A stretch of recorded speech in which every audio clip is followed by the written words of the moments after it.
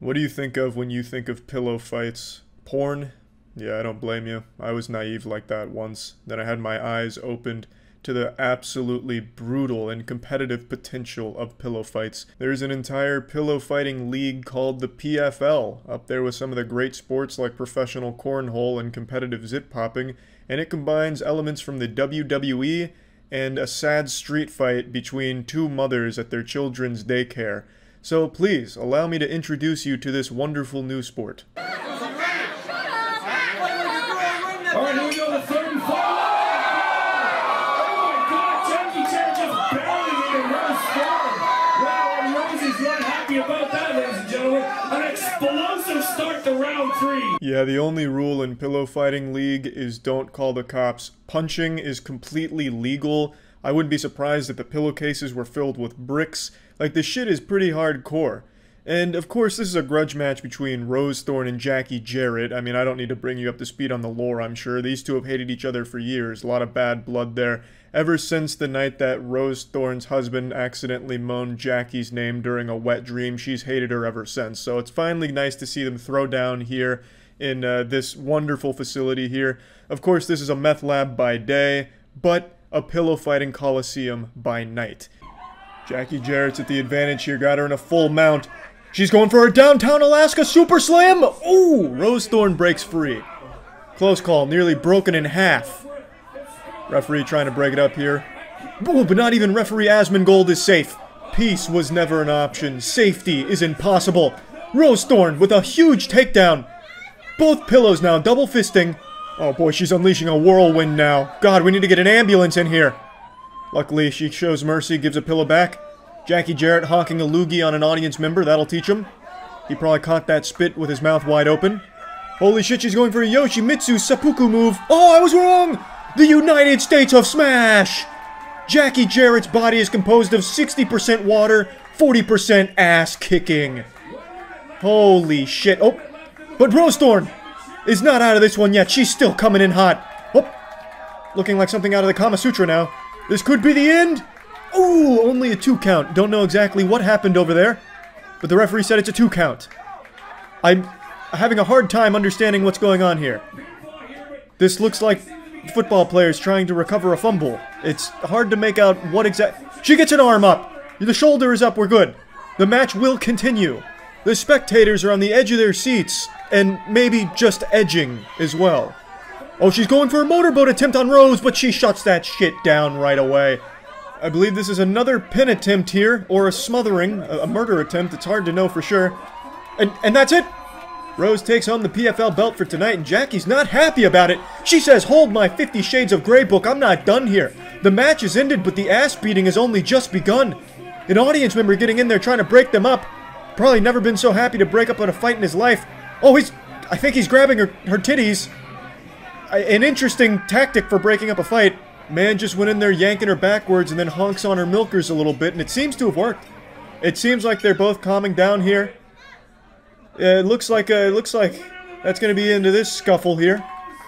And Rose Thorn is still your winner. What's poppin', laser tag enthusiasts? Are you ready to get turbo to the max? You're watching this year's Lasertron World Championship. I know many of you are concerned with this year coming to an end because the Mayan calendar predicts the end of the world. However, they don't predict the way in which the world will end. Perhaps we'll witness the end of the world right here. Perhaps it'll go up in a laser explosion because we have an explosive matchup between the two best in the business, Cyberwolf and Bodhi Lee. Our two athletes are ready to square off and they're just getting right into it. Holy fuck, no handshake, no mercy, no holds barred, no reason for 1v1 laser tags to exist, but yet here we are. I'll go ahead and make it clear now, I don't know which one's Cyberwolf and which one's Bodhi Lee, but I think we can just appreciate this for the art that it is instead of focusing on who's winning or who's losing, because there are no winners or losers in this sport. The only real losers are the audience that's watching this, which is us. As you can tell, laser tag one-on-ones are an absolutely brutal sport. These are the two finest warriors here duking it out for our entertainment. This is no different from the gladiators during the ancient Roman times. We're already a few rounds deep, but these monsters have not had enough. They're going for more. This is a bloodbath. They're coming for scalps. They're getting right into it. That father of three just pulled the old loop-de-doop and pull on the other guy. This is a real clash of titans of biblical proportions. Oh, that was a short round. That guy making short work of the other guy. I may not know who's who here, but I do have information on them sitting in front of me. So Cyberwolf, also known in the circuit as the Laser Mayonnaise, first entered the scene around 5 years ago after he took his son Antonius von Kilgore to the local Zappity Zoopities Boppity Boopities laser tag arena and just fell in love with the sport. He became consumed by the idea of being the best there ever was. So shortly after, he divorced his wife and left his son behind to tour the United States, training in the finest laser tag dojos he could find, including a long stay with world-renowned laser tagger Osama bin Laden. He's truly been molded by the best laser taggers of our generation and is here to show the fruits of his labor. Now Bodhi Lee, on the other hand, also known as the Blazer Laser, has a completely different origin story to Cyberwolf. He says he was just driving down the road and saw a laser tag arena and said, you know what, that's what I want to do. Well, that's just embarrassing, Bodhi Lee, but we're glad you're here. People from all over the world have crowded in here, crammed shoulder to shoulder to watch this showdown here, and they're getting their money's worth here. This is an absolutely vicious battle here. These two men are just going to war right now. The spectators are on the edge of their feet. They almost look interested. Another round down, I can't tell who won it, it doesn't matter, because this right here is what good competition is all about. Two soldiers, two generals, two lieutenants going at each other, giving it their all, putting everything they have into their blasters, pouring their heart, soul, tears, and cum into the vests that they wear in order to protect them from the lasers. Without those vests, they would be vaporized instantly. This is a high-risk sport. People are throwing a big hullabaloo about the dangers of football.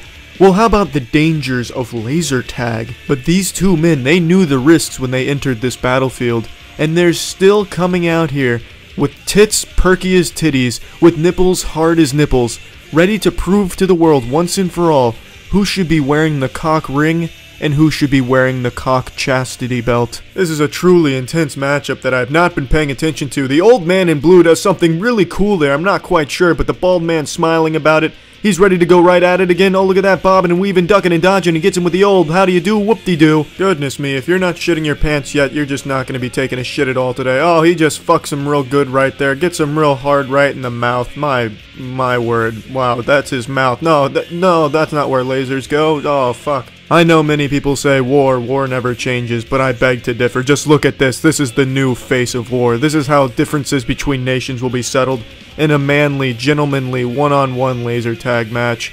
This is the future. This is bringing back memories of middle school when I used to go laser tagging with my friends and we would brag about who the best laser tagger was. But that was middle school. This is middle age. There's no excuses here. There is no shame in this sport. Here's a little fun fact for all you wild folks out there that just love laser tag and can't get enough of this fucking shit. Did you know that before there was Jesus Christ, there was laser tag? Where's your God now? Checkmate. Reality. Holy fuck, how long is this match? What is this, a 40-round bout? How do they have the stamina for this? They're so old and this looks almost grueling. They have to move around for short bursts and then jump a little bit. This must be the next generation of CrossFit. Oh goodness. Oh, they're doing it again. They're shooting lasers at each other. Oh fuck. Judgment Day is on its way. Oh, look at this move. Oh, did you see that move? That was a move and a half. The spectators can't even believe it. They're stunned. They're shocked. They're standing up now. Oh man. One knee. He did the one knee move, where he gets down on one knee and shoots his laser too. Oh, now he's doing the standing move where he shoots his laser. This shit's getting out of control. These spectators don't realize they're in the danger zone right now. This is too intense. They might just be fucking blown up by this intensity. It's like when you're watching the space shuttle take off. You need to be at least 3 miles back in order to be safe. Same thing for laser tagging. You want to be at least 3 to 15 miles away because you don't want to be anywhere near a laser tag one-on-one. It's not very fun to watch. But they're still going at it, and we're still here. And you're still here too.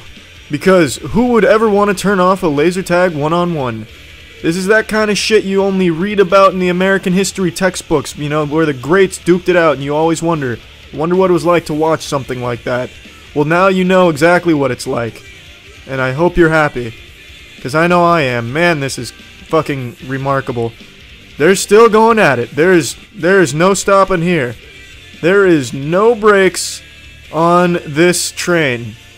This train was built without brakes. It didn't need them and it didn't want them. They're shaking hands. It's finally over. It's finally fucking over.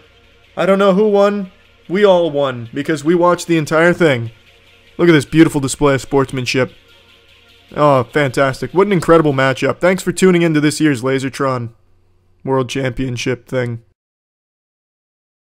I love obscure sports. I've always had a deep fascination with this idea of competing in something that most people couldn't possibly imagine ever existing in the first place, and like really dedicating your life to it. And today I found a brand new one that I was unaware of.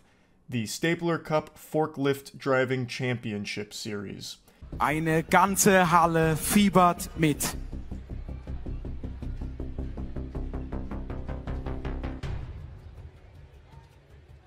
Und die Rampe bewegt sich.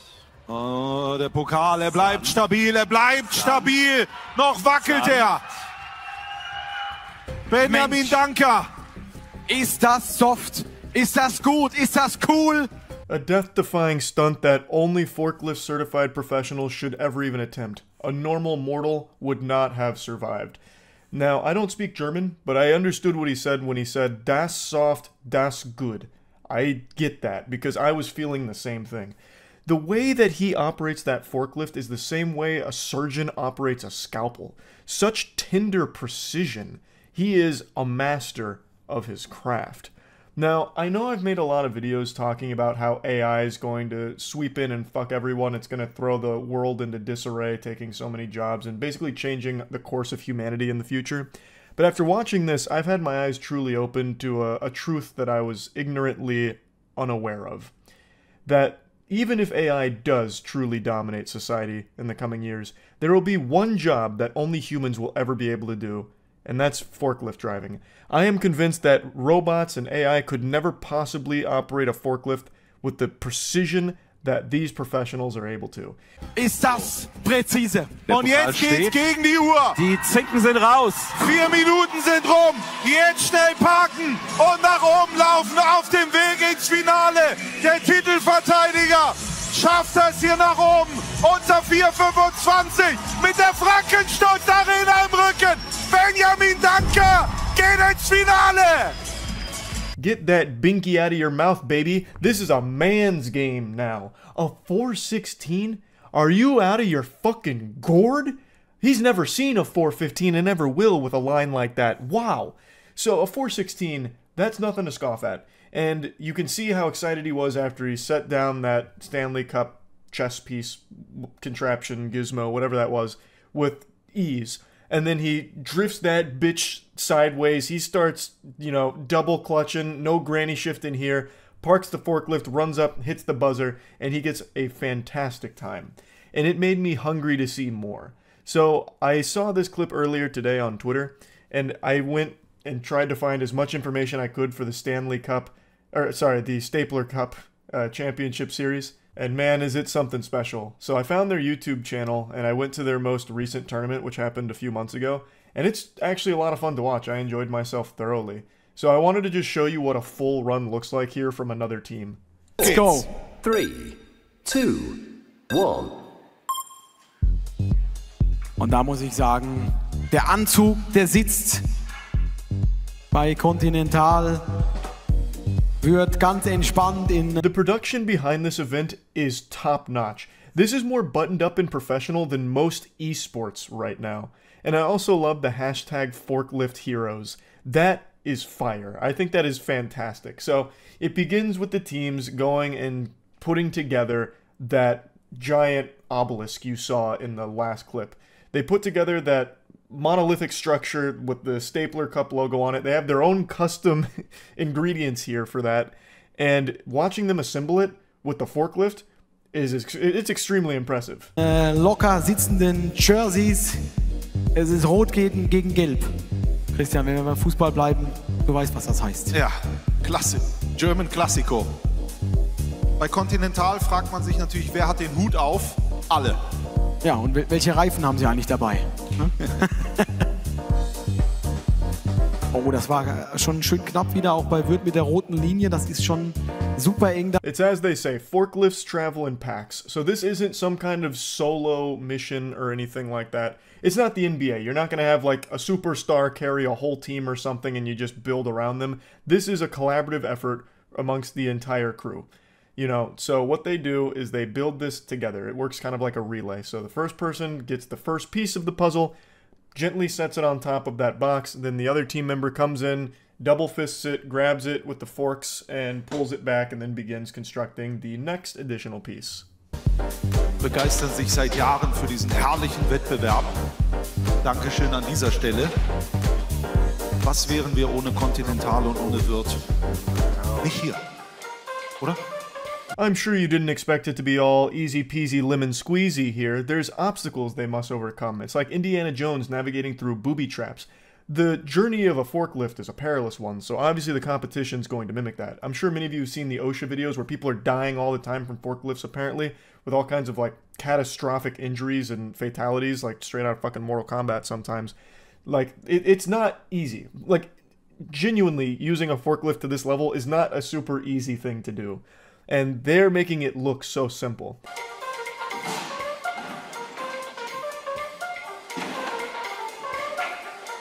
Und auch hier wieder spannend zu beobachten, die Teamleiter, die manche sind laut, manche sind leise, manche gestikulieren mehr, manche weniger. Certified butt pucker moment right there for that team. If you're a fan of that squad, I bet you were on the edge of your seat during that one, a real ass greaser. It almost tipped over, which would have been disastrous, but luckily the operator stays cool, calm, and collected, but above all else, confident. The most important part.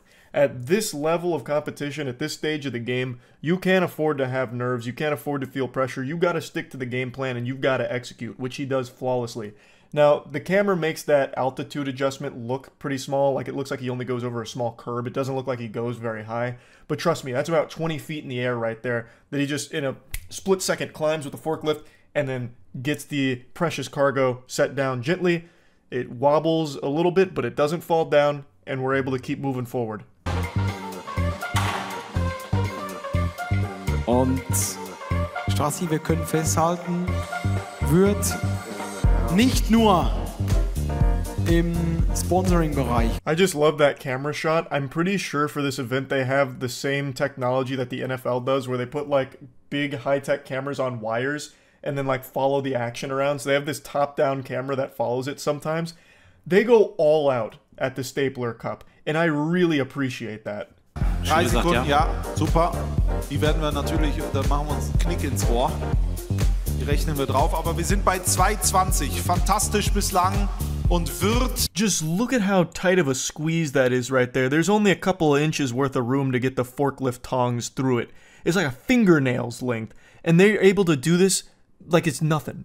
Like it's absolutely nothing to them.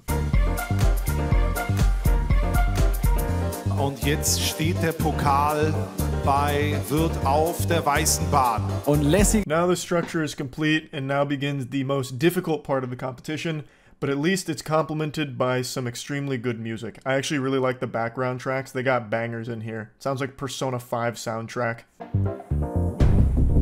Und jetzt brauchen wir den DJ Drama, DJ Daniel. Der hat gerade die Schallplatte wieder auf Drama-Musik gestellt.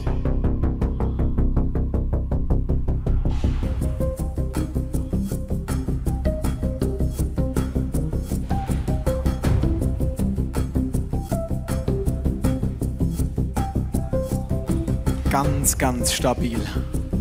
Was wird da abliefert?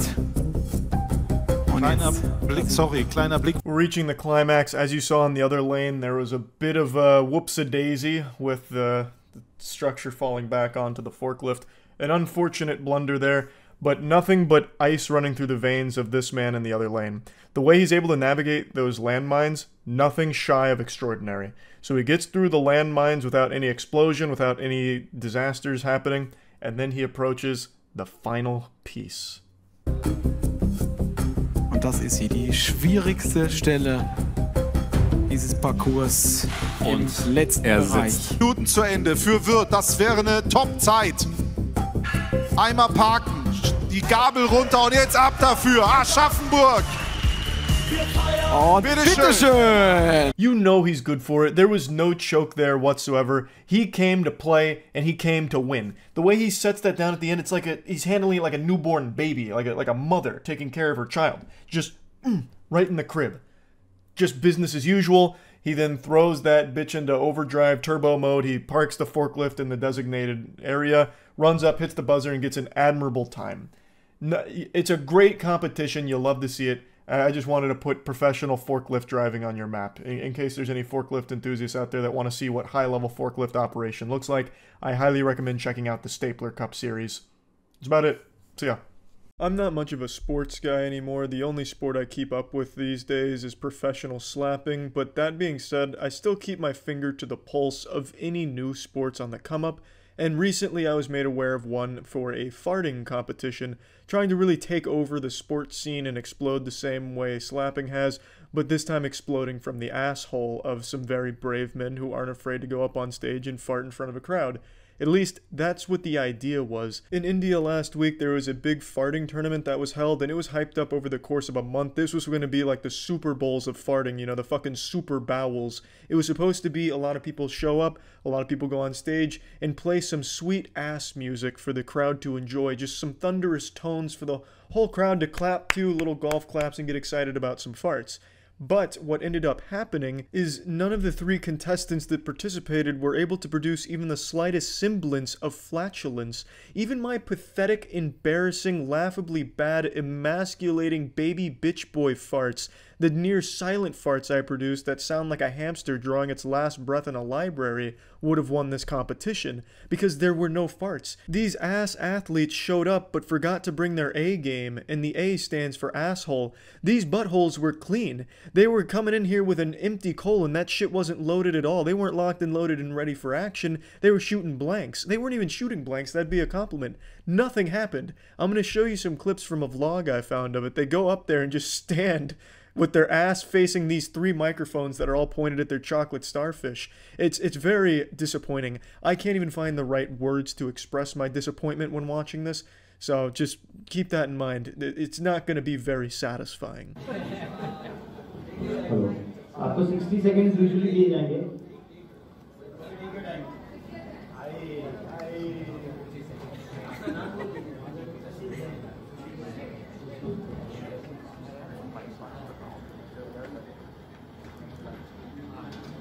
So this is the first contestant, and it really sets the tone for the rest of the farting tournament. No one is even trying. He's clearly not taking it seriously. If you're going to participate in a farting tournament, commit. Go up there, and if you don't have to fart, then fucking force yourself to shit your pants. I don't care if you straight dookie everywhere and blast it into the microphone. Get some volume to your fart. Go up there and do more than just stand there, because that is the ultimate shame. Like, honestly, when I was reading about this before the tournament happened, I would have expected this man to go up there and just like a fucking anime character going Super Saiyan, screaming, veins popping out of his forehead and arms, biceps bulging. Then all of a sudden, he fucking blasts a fart out that rocks the entire stage. All those sponsors that are right there behind him on that wall, the whole fucking wall would have blown over. They even have a fucking decibel meter there to measure the sound, which doesn't get put to use here at all. It doesn't get any exercise. What should have happened is someone goes up there ready to blow some ass that puts like an infinity sign on the decibel meter. Guys देखिए फाट करवाने के लिए क्या-क्या किया जा रहा है.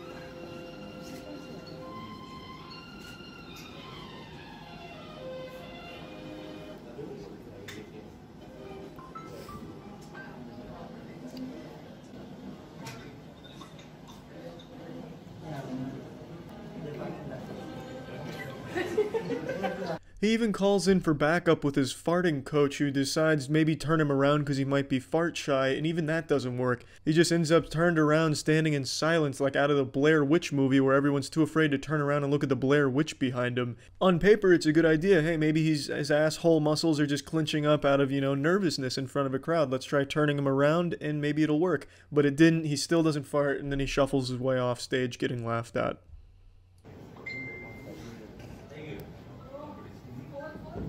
No.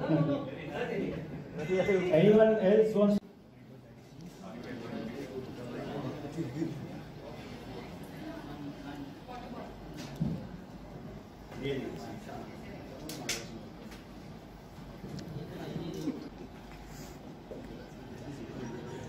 Okay. And that's the last contestant that participates in the tournament. I was expecting a huge tournament. I thought the turnout was going to be massive. You know, fucking selling out a massive stadium, but it was really only like 25, 30, 50 people, maybe. I even considered flying down there for it. I thought this was going to be a huge deal. This is my kind of sport, but luckily I decided not to. Plus, I'm fucking terrified of flying anyway. But you know what I'm saying. This was supposed to be a big deal, and this is what we get? This sad little non-existent wet fart of a tournament? Like, come on now. At least if you can't fart and you have the dignity or the shamelessness to walk up on stage like you're going to fart to get everyone hype, at least surprise us. You know, you might not fart, but maybe piss your pants. Like, hey, I didn't expect that. It's not a fart, but I can't exactly be mad because you're up there making an effort. I could give that an applause and maybe you would have won the tournament. But here they elected that there were no winners because nobody farted. So they're going to have to redo the entire tournament and hopefully get some actual ass athletes out there. So here's hoping the next time around the farting circuit can really make a big show and put on a nice, really impressive performance from the rectum. But anyway, I just wanted to make you all aware that the farting tournament is a sport on the come up, and hopefully we'll see more of it in the future. Much more exhilarating and more action-packed than this one. That's it. See ya. You're not going to believe what we have in store for you today, folks. It's the International World Championship of Foosball. On the left, we have the 20-year-old phenom schoolboy, Nico Volgemuth, aka Nico Voldemort. And on the right, we have the superstar of foosball, who needs no introduction. That's Tony Spraydeman, who looks like if foosball was a person. This is sure to be a real ass greaser here in the World Championship title match, and you may have come into this broadcast an atheist, but I promise you will walk away from this event as a devout practitioner of the foosball religion. Now playtime is over, the practice round has ended, the condom is coming off and we're going raw. Nico Volgemuth has possession of the first International Championship Slam Jam of the day. He's passed it up to his number 5. He's in great position to score here. He's looking to charge it up. He's in attack position here. Will Tony be able to answer? Ooh, excellent defense from Tony Spraydeman. They don't call him Tony Sprain Your Wrist Spraydeman for nothing. Able to easily lock down there and avoid the quick goal from Nico. He's already passed it up to midfield with ease. Now you gotta put points on the board if you want to win the game here. Tony looking to get up to his number 5 to score. Unfortunately overshoots it a little bit. Comes in a little too hot there. Nico Volgemuth takes control. Tony gets it back for a split second. Nico comes in again. We are all over the place right now. Now, as many of you know, Tony Spraydeman is the king of the tornado table. However, this is not a tornado table, which means you're not going to be seeing any sodden panties being tossed around and landing on the foosball table on the battlefield or anything like that. This is just going to be some standard, classical foosball play by the books. Now, surprisingly, we're still scoreless in this one, which is very uncharacteristic of Tony Spraydeman. By this point, he's already done 3 keg stands and 5 goals. Excellent defense again from Tony Spraydeman. He's back up to midfield with complete possession. Oh, excellent defense from Nico. Oh my goodness, we're all over the place. I can't even fucking keep up with this shit. Good lord. Tony Spraydeman has control of the ball, back by his own goal. Nico Volgemuth back to the number 5, in good position here for a huge strike, and he gets it! We have drawn first blood. Nico Volgemuth on top with the first goal of this World Championship showdown. But as we all know, Tony Spraydeman does his best work under pressure, a lesson we learned at last year's Tornado Table Championship match when his family was taken hostage and threatened with execution right in front of him. He was able to easily win the match, win the world title, and save his family's life. But again, keep in mind, this is not Tornado Table, and it doesn't matter to Tony Spraydeman as he just squeaks in a quick goal right there on Nico Volgemuth, answering right back. Nico Volgemuth right now playing with a chip on his shoulder, trying to prove that even a young man like him can go up against some of the ancient architects of foosball like Tony Spraydeman. Oh, and Nico says, what does my cock taste like? Breaking wrists and breaking dicks out here. Nico Volgemuth with another big goal on the legend Tony Spraydeman. Tony's definitely not one to have his pants pulled down in front of the cheerleaders, so he's going to look to answer back, but unfortunately this call goes to voicemail, unable to answer, and oh my goodness, Nico from way downtown. It's turning into a bloodbath. Tony is getting bent over the table right now by Nico. He is taking Tony over his knee and spanking his cheeks red, disciplining him. But Tony Spraydeman's in a good position right here. Ooh, wonderful defense from Nico Volgemuth right there, sending the ball into the spectators' stands, most likely killing one of them. We're now in Game 5, the final showdown here. I fell asleep for the last 4 games, but it is a tie game right now, and it's all or nothing here. Tony Spraydeman in a fantastic position, but even better defense from Nico Volgemuth right there. Whoever wins this wins the entire championship title. It's all riding on the line right here. For glory and fame and a grand prize of right around $50, this is what foosball is all about. And Tony Spraydeman gets the first goal here, putting his ass in Nico Volgemoot's asshole.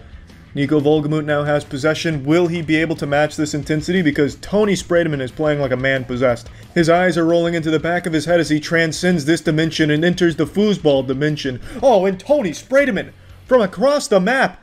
Good lord, is there any stopping this madman here? You couldn't wish him away with the 7 Dragon Balls gathered together. We went from watching foosball to watching an ass fucking. Oh no, Nico Volgemoot is falling apart here. The pressure is overwhelming. Tony Spraydeman is out of control. Slow rolls a goal. From across the field, Tony Spraydeman showing why he's considered one of the best the foosball world has ever seen. Nico Volgemoot unable to answer back with this cutthroat defense from Tony Spraydeman. He leaves no room for the ball to go through, just none at all. His defense is one of the best. His offense is one of the best. He is just the best. Tony Spraydeman is in another great position here. Nico Volgemoot has the ball, but it still looks to be all Tony right now. If you flip a quarter right now, there's a 50% chance heads, 50% chance tails, and a 100% chance that Tony Spraydeman is clapping dick on the foosball table, baby. Oh, but Nico Volgemoot, there's still signs of life. Getting a goal in there. I hate to be the one to say that it's most likely over, but I think this shit is kaput. Tony Spraydeman is just dialed into an unholy zone of foosball, and Nico has no answer for it. And that's game. Tony Spraydeman seals it, and that is your new world champion, Tony Spraydeman. Still one of the best in all of foosball. Russian car fighting? Well, it's not just Russian car fighting, it's called karjutsu. Karjutsu. But yeah, they're blowing up on Twitter. I know all about it. They also have phone booth boxing. Yeah, you might recognize the caster as JT, baby. I thought it was actual car fighting. No, they just fight in a car. Oh, goodness gracious, he got the unbuckle. The unbuckle record there.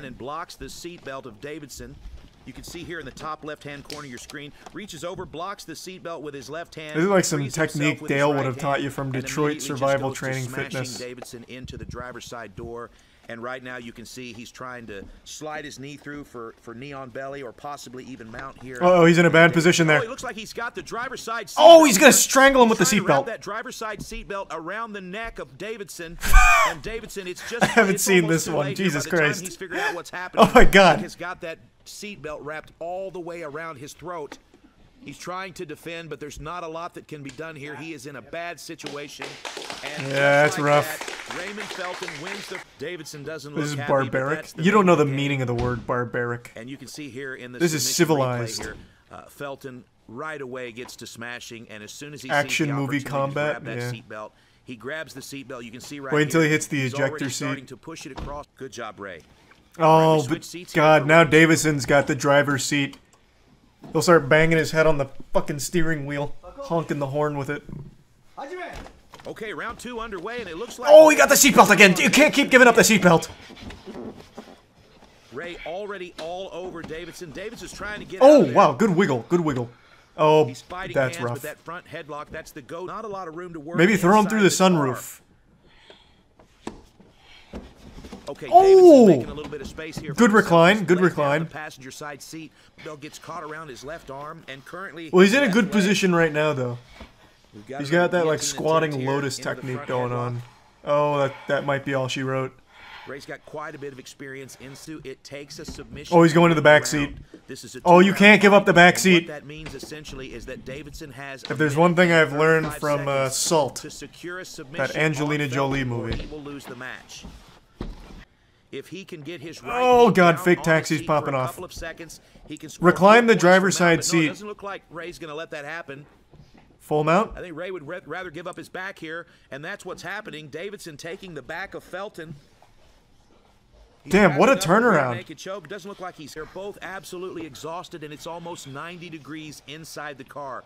It is a miserable. Oh yeah, they didn't even turn on the air conditioner. Oh no! The safety lock stops Davidson.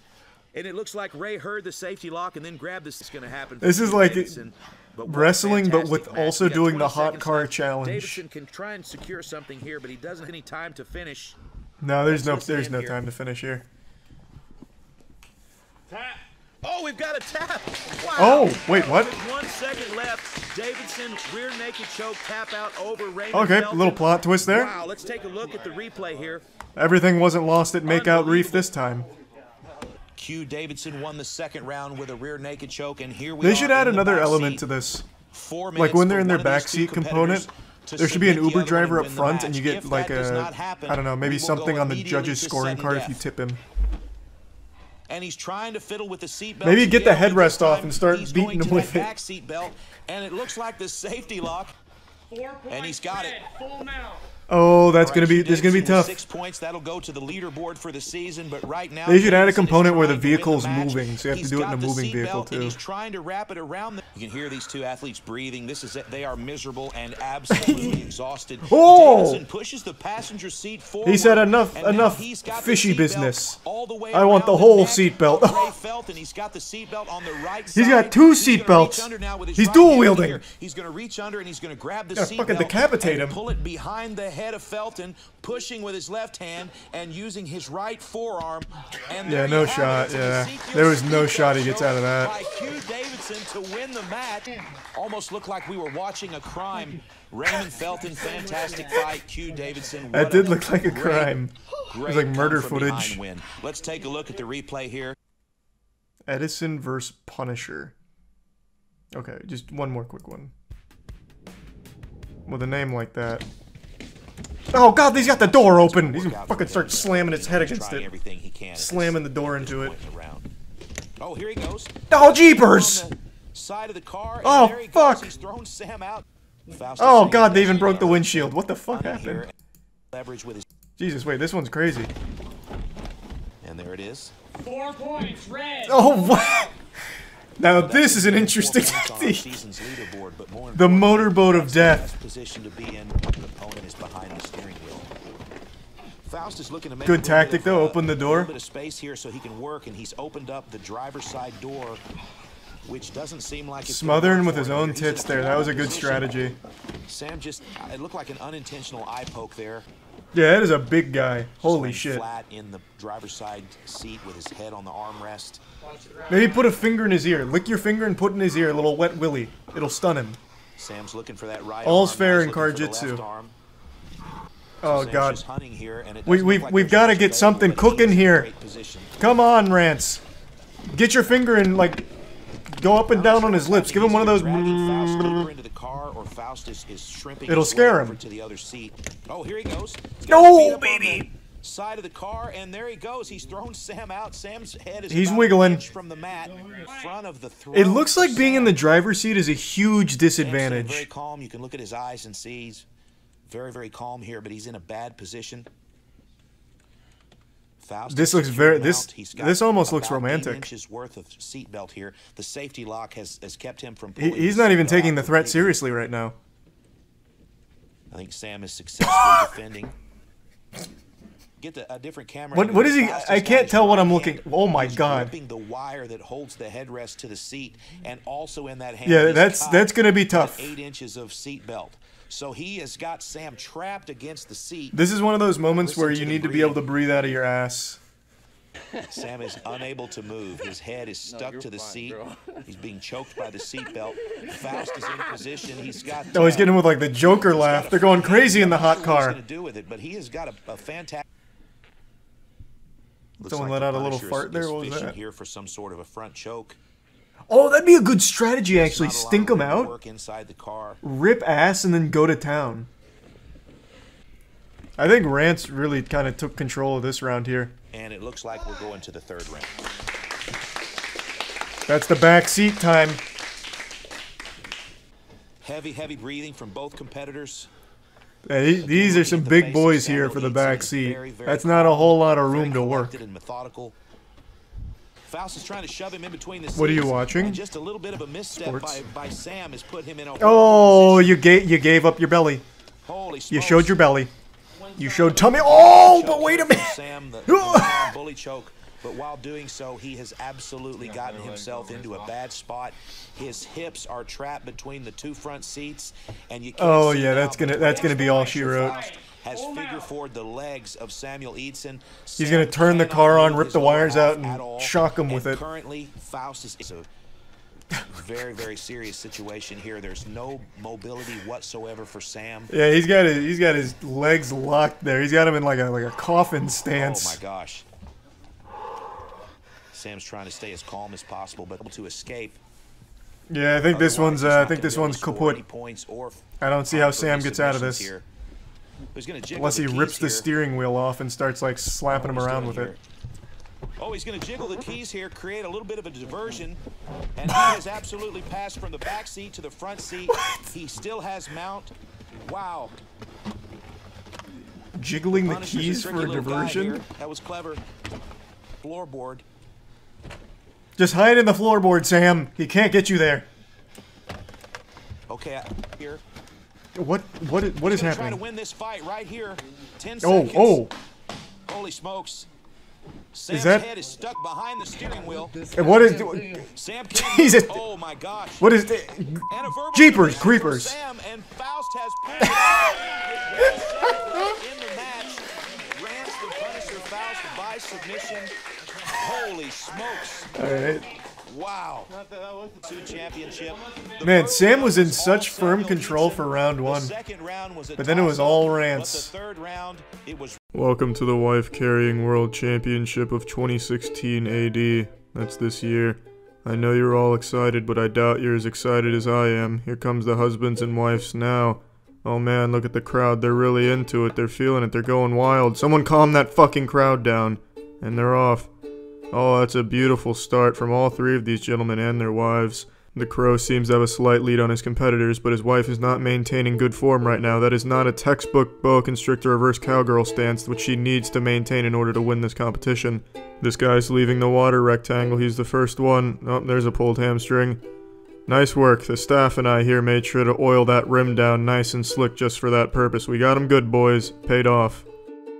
Here comes Cyclops, drunkenly stumbling his way out of the pool like a fucking zombie, trying to find his way back to Charles Xavier's school for gifted wife-carrying youngsters. Holy shit, this man's going turbo. Goes right over that log, but he could never get over the logs I leave in my pants. Here comes two more. Just gets swallowed by this Marianas Trench, just demonstrating how deep this pool truly is. I know it looks shallow, but it's actually deep enough that we put sharks on the bottom, so they better get out of there quick. Comes three more gentlemen and their wives. Let's hope none of these gentlemen fart, because it's going right in their wife's face. Just gonna blast them with that whiff of shit. Oh, it looks like that's not an issue here. She's been sniffing farts for years, just training for this day. Right over the log. Oh, man. She even gave him a nice kiss on the ass cheek, just to congratulate him for winning. Oh yeah, he's going all the way. He's using his wife as a fucking jetpack. These three have no chance. I don't know what the fuck the one in the back's doing about to fucking pile drive his wife there. That's horrible technique. What an absolute amateur. If you're going to compete in this competition, you need to understand there's only one technique that ever wins. It's where your wife hangs upside down on you and assumes what we call in the business the scared koala on a roller coaster grip. And once you assume that position, you're basically locked in for a good round. Just like our winners here. They didn't have just a good round, they had the best round. Congratulations, you two are the wife-carrying world champions. I know it's a very prestigious honor. So thank you for playing and watching and just excellent job carrying your wife. Really a great competition this year. Welcome back to the Japanese Rock, Paper, Scissors Championship, and today we've got a real bloodbath cooked up for your pussy ass today. So if the sight of carnage, gore, and high-octane athletic displays makes you uneasy, turn this shit off now. In this corner, we have the favorites to win this matchup, coming in with an undefeated record for the first time in professional RPS history. It's Fairy Wink! These two sisters have been training all their lives for this moment right here, and the training certainly paid off. They're known for their strength and dexterity in the professional RPS octagon, and they've earned themselves the nickname, the Sadistic Sisters of Serious Scissors. It's said when they throw scissors in a battle, earthquakes can be felt around the world. And today they're dressed up in their standard Power Rangers Angel costume, and they're going to be squaring off against the second best in the world, this team. I can't read the name, but it looks like they're reaching out to hold your hand, so we'll call them the Hand Holders. The referee will now go over the rules. There are no rules, baby. Fuck yeah! I hope you've got your condom on, folks, because we're about ready to begin. The competitors fist bump, and it's time to start. Ready?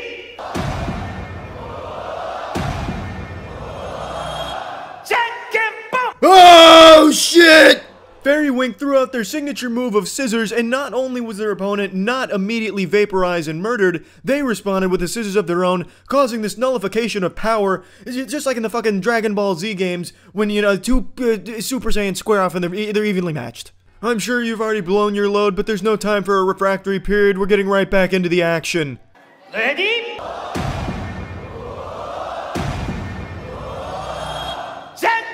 No! No! I can't believe it! Another stalemate. They're in each other's heads right now, reading each other's every move. Could this even have a conclusion? We might end up being trapped in one of Doctor Strange's Dormammu I've come to bargain time loops forever. This is just like when Naruto fought Sasuke in the Valley of the End. They're both evenly matched. But could it all change in this next round? I can't even wait to find out. The ref is either smelling foul play or my soiled boxers. There's no telling, but either way, he's readjusting the team so that way strategy is back aligned, making sure there is no cheating going on here today. Very honorable. Ready?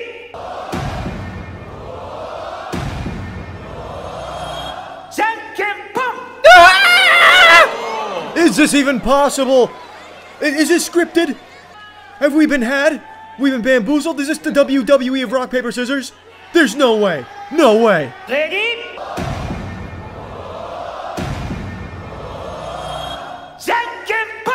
We have a winner! I don't really give a fuck about the whole Logan Paul vs. KSI boxing saga. I just never really cared about that whole anime arc. But the recent showdown actually did show me something. It showed me the importance of shit-talking in sports. I've always thought that shit-talking plays a crucial role when it comes to competition in general. Shit-talking just adds a very human element to an otherwise extremely corporate world when it comes to sports. Conor McGregor versus Floyd Mayweather, for example, a whole lot of shit-talking. Really, combat sports in general are very big on shit-talking, and it works very well for them both in terms of viewer numbers, turnout, and as well as just general investment into the people, because in the corporate world of sports, you have people trying so hard to appease brands, be child-friendly and everything like that, where, especially in esports, shit-talking is actively discouraged and punished. It makes it hard to even know if the players are even invested in their sport or if they're just there for a payday. But when you have them giving some type of passionate press conference or even just a tweet saying something like, "Hey, your mom's so fat she rides my wiener with only one ass cheek," something like that's enough to say, oh, okay, so it seems like they do care and they are actually going out there to beat this person. If they care, maybe I should care. And then you have these rivalries that form as a result. You have great rivalries in sports, such as the Yankees and the Red Sox, LeBron James' team versus whatever team LeBron James is playing that week, Tampa Bay Buccaneers versus good coaching and good decision-making. I'm no longer a mainline sports fan. I've abandoned that religion long ago. I've left that cult, but I certainly used to be. You should have seen my room growing up as a kid. So much fucking Bucks memorabilia. Goddamn had fucking Buccaneer nipple tassels, basically. The point I'm making is, the role of shit-talking, I think, plays a very important one in getting people excited or interested in an upcoming sports event. KSI vs. Logan Paul is the perfect example. These two people seemingly hate each other, and they give these very heated press conferences that sound like you're at the middle school lunch table. And people like that because they like to see that kind of emotion and that drive where these people really want to win. It's not just there because it's a payday, they're there because they want to make a point, they want to win. So you choose sides in this saga. Wrestling entertainment, for example, they build drama into their characters themselves where they have shit-talking between them. And you know what happens? People side with characters, people root for characters, and it heightens the whole experience. That's what esports in general is missing. There's this giant wave in esports to eliminate toxicity from their game. Toxicity is a very loose word they use because in some games you get banned for fucking excessive pinging in League of Legends. League of Legends used to be a goddamn cesspool, no doubt about that. The fucking wild, wild west of degeneracy. Now they've cracked down on it and made it a daycare. Overwatch, similar situation. But I can't help but feel that turning these games and these communities into Weenie Hut Jr. is detrimental because it actively discourages people from getting invested in putting their ass on the line, putting nuts to butts. You know, I get when people are being hateful, racist, shit like that, throwing your games, going AFK. I get that being grounds for a ban or punishment. But as for just getting heated in the game, and if they're not actively making you lose, them just being all mad and shit, telling you to play better and mean words, there's already a solution built in. It's called muting them. You can mute everyone if you want to, so there is a solution for that already. And I totally get wanting to take bullying out of it because people get very mean in these competitive games, and I'd never advocate for bullying, but the solution has already been found 20 fucking years ago with being able to mute your bully, mute the person that's being an asshole. That solves the whole problem. They don't need to translate this fucking crusade against toxicity into their competitive environment where no teams are allowed to playfully banter with each other, shit talk, or even really get emotional about what they genuinely feel. They give all these fucking cookie cutter responses just like in regular sports, and it's boring, and it loses that element of making it something big, making rivalries, making anything meaningful. Imagine if the KSI versus Logan Paul fight had none of the shit talking beforehand, and it was just two guys going out there to fight. Would people care?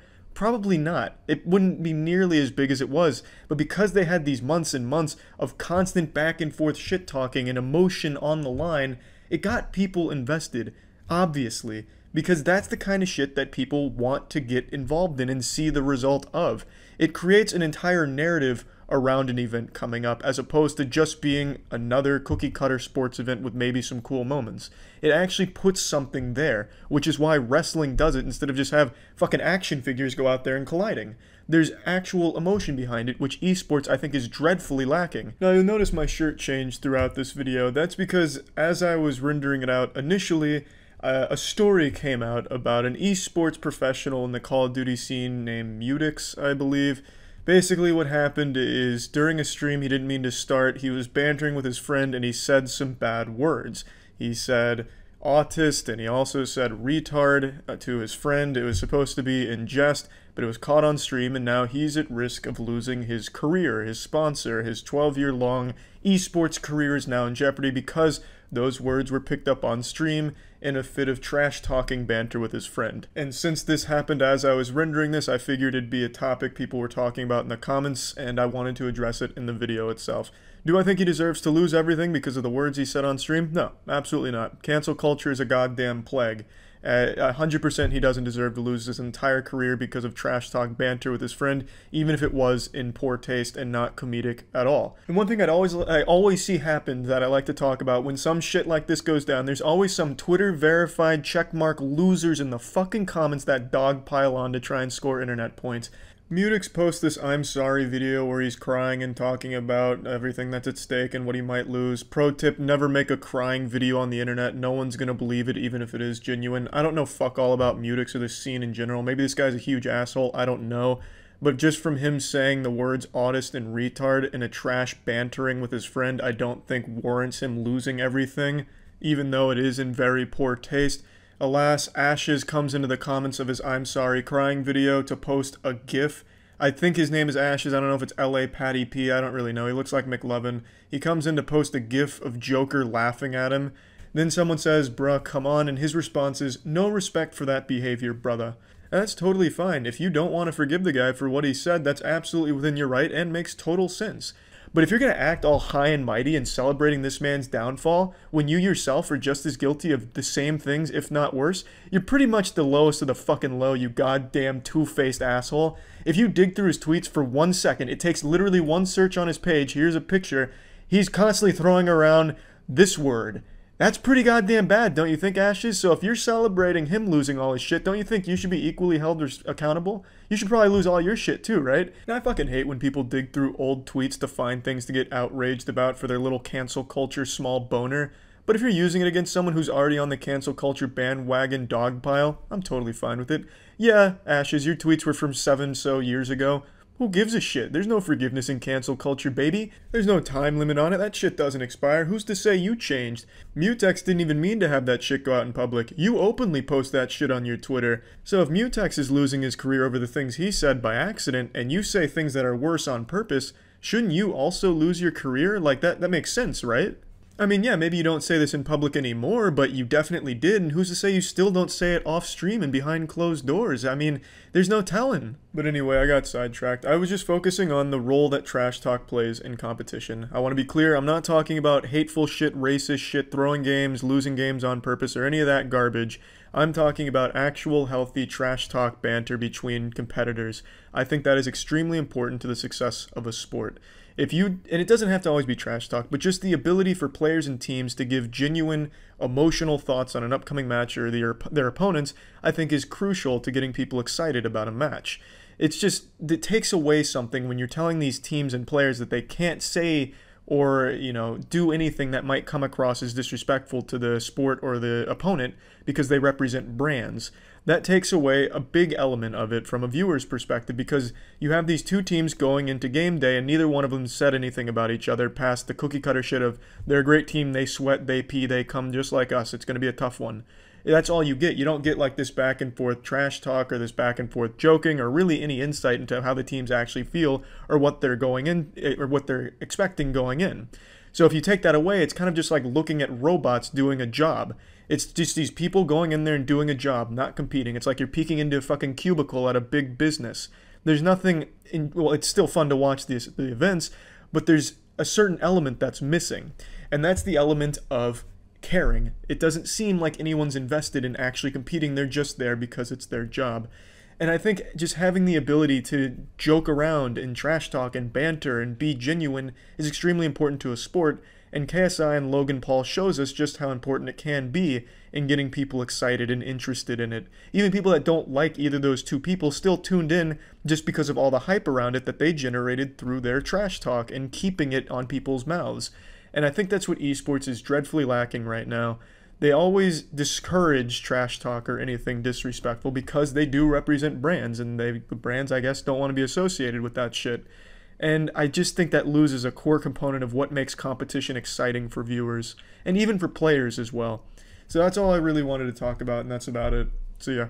Forget everything you think you know about lawn mowers. What I'm about to show you will open your third eye and change everything. This is from the Walker Mowers Championship, one of the most cutthroat competitions in all of riding lawnmowers history. It looks like something right out of King of the Hill. The athletes are strapped into their Walker mower and then go through a death-defying obstacle course in order to compete for the prestigious title of the best riding lawnmower operator. Here comes Dominic Toretto's father, easily through the hairpin turn. Now he's going to throw this bad girl in park at the pit stop, gets the flag, making it look so effortless and easy right now. An excellent job reversing, didn't hit any of our VHS tapes we've put around the course, but now we'll have to drift around this cone. This is where boys become men and men become mowing legends, and doesn't struggle at all. An excellent vortex drift and avoids the decapitator. We lost many a good man to that very obstacle last year. In fact, a father of two had his head taken clean off his shoulders right in front of his whole family. But this guy, he says, fuck that, this is child's play. I'll tell you what, DB Cooper is just cruising through this course right now. Already at the second pit stop, grabbing the flag, no problem. Damn near does a full wheelie on it. Sometimes you don't control the Walker mower, it controls you. Again, avoids the death trap, but will he survive the upcoming firing squad? We'll have to wait and see. Grabs the third flag on the way by, and that will be it. What is his final time? Oh, that's a new course record, 54 minutes. 2016's Best Bagger competition? From the Florida Retail Federation, you know they're shooting up heroin in the back. Give them the competitive edge. Ready! This is just like Employee of the Month. Whoa! Look at that technique! Jesus Christ, slow down! You're gonna light the fucking bag on fire! Too much friction!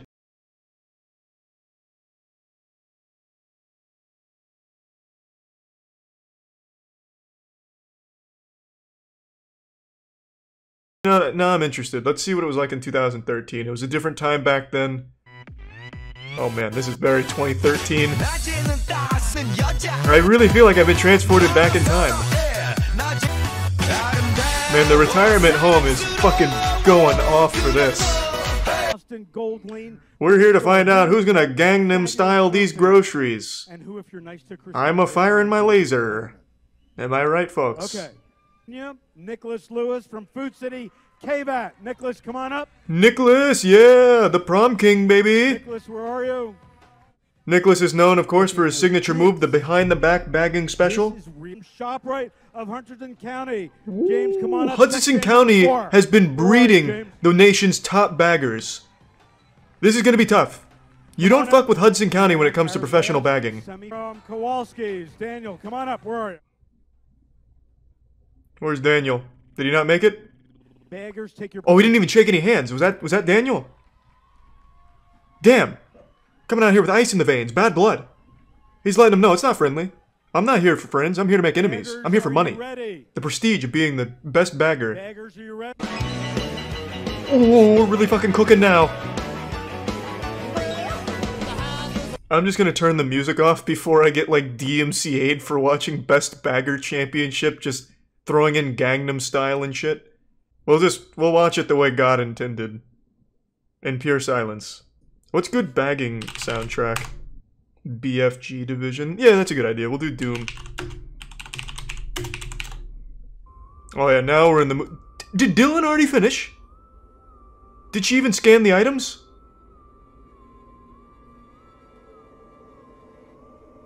This almost feels sinister, like they're trying to summon Lucifer by bagging these items. They're not bagging groceries, they're bagging like goat's blood and human sacrifices, parts of them. James. Excellent work, James. Fantastic. Oh, is that Roger Goodell? My god. Is Vince McMahon here too? Is he about to get him with like a stone cold stunner or something? Excellent work, Andrew. Yeah! Yes! They now say he's bagging for Amazon warehouses now. And he's never been happier. Stand number 1. Janessa Plummer from Plummer Shop and Save! Wow, it's like she was born into that role. Her name is Jessa Plummer. Great job, Janessa! Janessa Plummer at Plummer's Shop and Save. Check stand She's like royalty for the plumbers. Lorton Markets! So is this like an NFL draft? They don't know that they're going to be called on stage for this? Or is this just to get some hype going? Number 5. Kevin Durant! Nathan Toth from Martin Supermarkets! Welcome, Nathan. Oh, man. He didn't even show up. It wasn't worth his time. No 5. All right, guys. This is it. Did she just pat him on the ass? You guys nervous? They went up top and then she went around for the little ass cheek smack. This is a real sport. Judges, are you ready? Oh, fuck yeah. Now I'm ready. Timers, are you ready? If he did that, his ass would be fucking fried on Twitter. Let's get it, team! Honestly, I feel like Janessa Plummer's got the advantage here. She is literally part of bagging royalty. Okay, I'm gonna turn down the royalty-free ska and just put on some Doom again. Like, we're really focusing here on the front runner, Janessa Plummer. Oh, Bethany! Squeaks it out, number 1. That was a speedrun world record right there. Jesus, Bethany. Followed by Lauren. Excellent work, Lauren. I expected nothing less. Nathan! You just ruined someone's meal right there. That's illegal. You're going to jail. And in a surprising disappointment, Janessa Plummer does not live up to the expectations. Janessa Plummer finishing 5th. Oh my goodness. The Plummer noble household will be very disappointed. Excellent. Got the lifesavers. Forgot them last year. Didn't this year. Yeah, that was a disaster last year. I remember that. Couldn't forget that. Okay, so this time Stood trial and everything. There was one bag of potato chips that was like sitting way on top. Yep. Is that like a big no-no? Uh-oh. No, that's okay. Yeah. That's good. That's improper technique, Lauren. No, that's frowned upon. Right? You can't talk your way out of this one. Lauren, that's illegal.